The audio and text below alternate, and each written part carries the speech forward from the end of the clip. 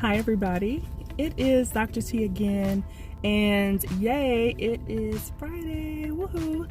Hopefully you have some great things planned for the weekend or some self-care planned for the weekend. I wanted to share with you a conversation, actually a couple of conversations that I've had recently related to personality in general and our tendencies to engage in certain things that are inherent possibly in a part of us. So recently I had a conversation with some colleagues about a questionnaire or assessment inventory called the Myers-Briggs, which is often used, technically it's meant as a personality assessment. And if you've never taken it, it gives you a 4-letter code that describes how you think, how you interact, important aspects about you as a person. So in taking the Myers-Briggs several times, my 4-letter code is INTJ, which is more so on the introverted side, what's called intuitive or based in intuition, thinking, and judging, INTJ.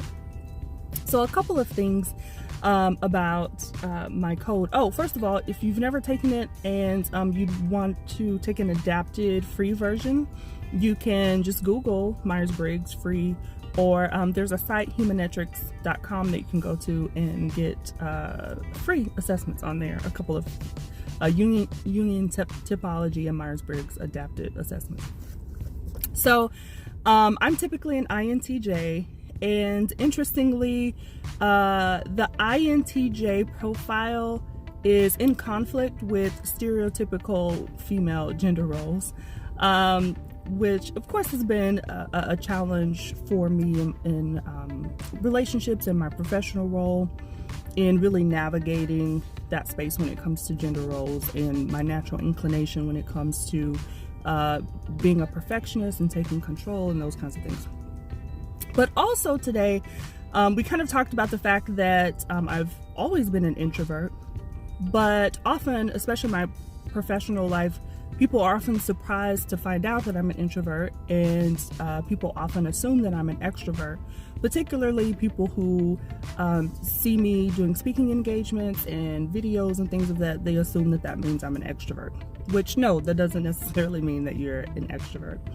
I'm very much so an introvert, and really prefer to process internally and spend time with myself. But the thing with that is I've really had to practice and work at shaping and molding the sides of myself that people often interpret as extroverted. So I've really had to work on my social skills. I've really had to work on being engaging with people in social situations, particularly strangers and those kinds of things.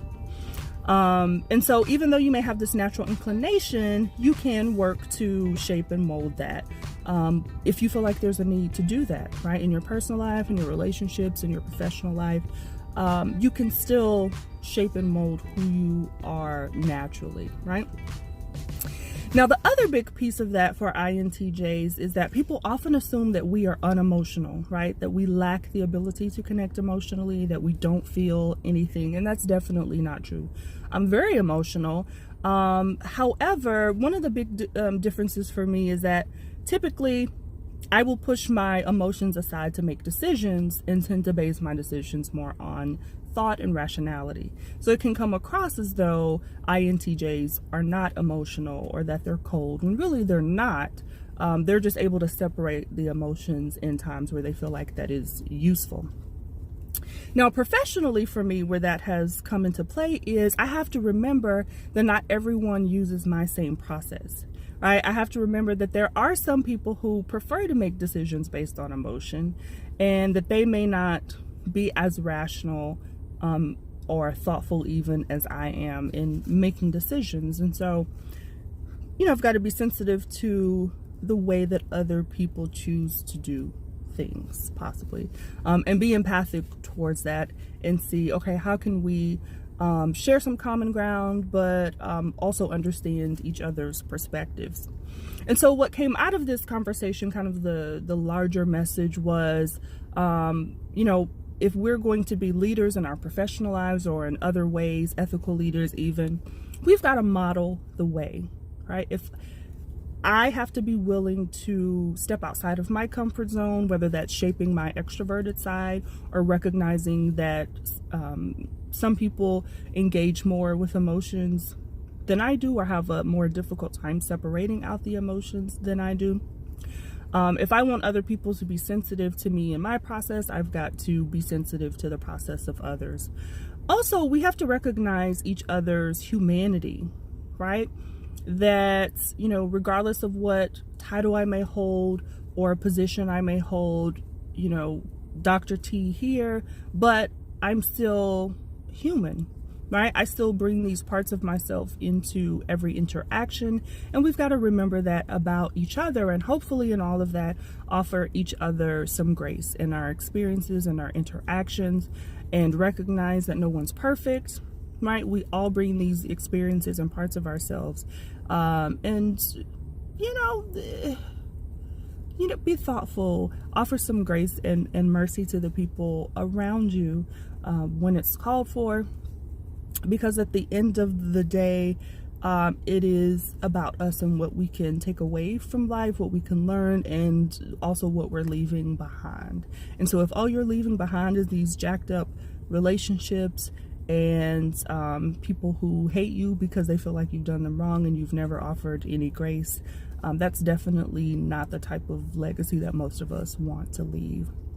And so, you know, at the end of videos, I often say, make it a great day. So really today, I want think about how you can do that. What's something that you can do differently, knowing who you are and having your own level of self-awareness, also using that to help you be more in tune with other people possibly and what their needs might be, or how you can take those parts of yourself and grow and shape and mold those, and maybe challenge yourself to grow outside of that a little bit.